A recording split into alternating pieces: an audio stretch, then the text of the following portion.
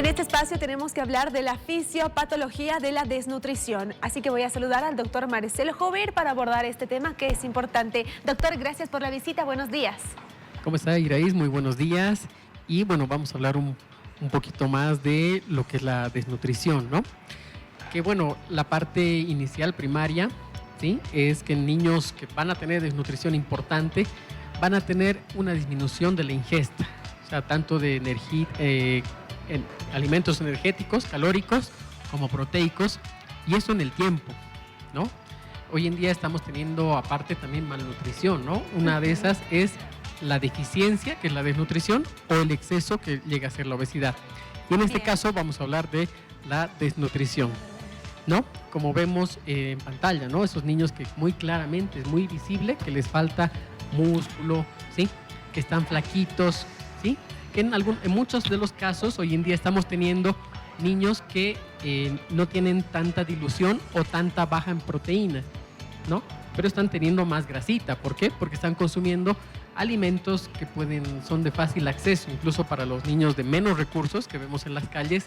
Compran papitas, compran dulcecitos, compran gaseosas, ¿no? ¿Qué quiere decir? Azúcares refinados, y que estos de cierta manera hacen que el hígado trabaje un poquito más, se vuelva hígado graso, pero les genere que tengan aparentemente algo más de corpulencia, pero a expensas de grasa, aunque sean delgaditos, pero pueden tener más grasa.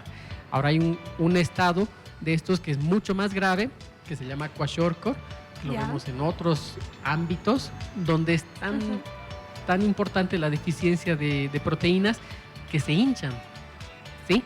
No son así flaquitos, sino que tienen pancita, están hinchaditos. Ajá, son hinchaditos, claro, están por arriba, en el cuello, en la cabeza, en la carita, pues está todo hundido, ¿no? Las costillitas apenas respiran, pero tienen pancita, ¿no? Y en los pies, cuando apretamos, deja el signo del dedito, o sea, se queda hundido unos segundos, ¿no? O sea, hay agua retenida, ¿no? Como vemos en la pantalla, ahí hay otro bebecito, por ejemplo, con pancita, ¿no? Entonces son diferentes. ¿Cuáles son los signos universales del niño desnutrido? Dilución, disfunción y atrofia, ¿sí? Dilución, estábamos hablando un poquito de estos elementos que tenemos en el cuerpo, son los electrolitos, sodio, potasio, ¿no? Cloro, magnesio y demás elementos que van a estar alterados con la insuficiente ingestión de estos elementos por la boca, ¿no? Sea primaria por cuestiones socioeconómicas o por desconocimiento, o sea, no hay un buen conocimiento sobre cómo tengo que alimentar a mi bebé. Exactamente. Y a partir de eso vienen otras alteraciones, disfunciones en otros órganos. Ahí quería llegar, doctor. ¿Qué pasa con los músculos y qué pasa con el metabolismo cuando no hay alimentos? Cuando hay una mala ingesta de alimentos o falta de proteínas y los minerales y los nutrientes. Así es, va a haber un desbalance y el cuerpo inicialmente va a intentar compensar esto, ¿no? Subiendo el cortisol, algunas hormonas de insulina, de crecimiento inicialmente, y posterior estas van a fallar, ¿no? Van a llegar a un punto donde ya llegaron a su tope y pues se van a dar la vuelta, o sea, van a estar en hipofunción, entonces los músculos de respiración van a ser mucho más delgaditos, entonces a nivel pulmonar mayor alteración para sacar las secreciones y más infecciones recurrentes y más graves, ¿no?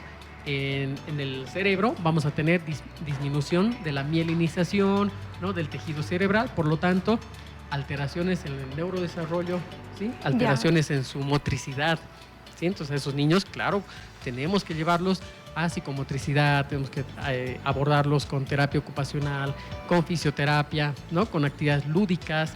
Todo eso es bien importante dentro del tratamiento, ¿no? ¿Qué otro órgano también se altera? El corazón, ¿no? El corazón es un músculo, entonces ese músculo también se va a ver afectado, va a haber menos fuerza, menos contractilidad, ¿no? O incluso va a haber hipoxia, ¿no? A tejidos distales, ¿no? Deditos que van a estar moraditos, ¿no? De manera crónico, ¿sí? ¿Qué más? Pues otros órganos como por ejemplo, el hígado, ¿no? El hígado va a recibir muchos insultos, muchas toxinas derivadas del sobrecrecimiento de bacterias malas que van a ser en este niño. Y a consecuencia de todo eso o la mala alimentación, un desbalance, va a tener igual un hígado graso, ¿no? Uno diría, pero es desnutrido. ¿No? Igual puede, por todos estos radicales oxidativos, va a tener un hígado graso y pues va a tener alteración, ¿no? También en el páncreas, en los riñones, ese riñoncito va a dejar de filtrar muy bien como antes, ¿no? Entonces va a retener amonio, ¿sí? O va a perder proteínas, ¿no? Entonces son múltiples mecanismos. Y el último, que es la atrofia de las vellosidades intestinales. ¿Qué pasa en este caso, doctor, con el estómago? Correcto, ¿no? Entonces en el estómago va a haber menos ácido clorhídrico, o sea, menos ácido en el estómago, que es nuestra primera barrera donde la gran mayoría de bacterias, de parásitos, pues se inactivan.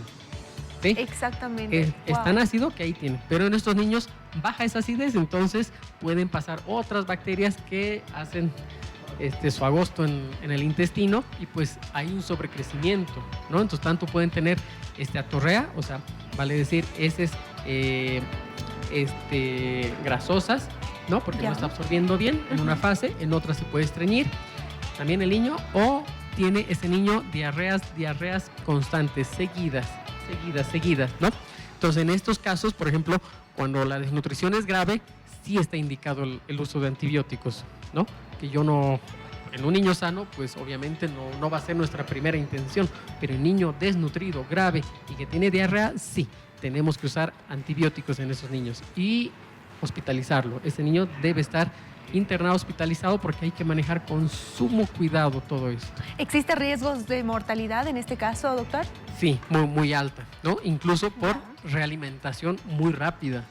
¿Sí? Entonces, con estos niños hay que irse muy cuidadoso, hay que tomar laboratorios y ver cómo están los niveles de sodio, de potasio, de magnesio, diferentes elementos, e ir dando de a poco alimentos, ver cómo está su apetito, ver cómo está la valoración con terapia física, ¿sí? Ver la mentalidad, neurodesarrollo, todo es importante, y hacer un abordaje, porque se ha visto que antes, por ejemplo, en la Segunda Guerra Mundial, habían prisioneros, ¿no? Que estaban desnutridos y llegaba un momento, tomen harto alimento y pues se morían, ¿no? Porque ingerían una gran cantidad de minerales, pues que generaban paro en el corazón, insuficiencias, ¿no?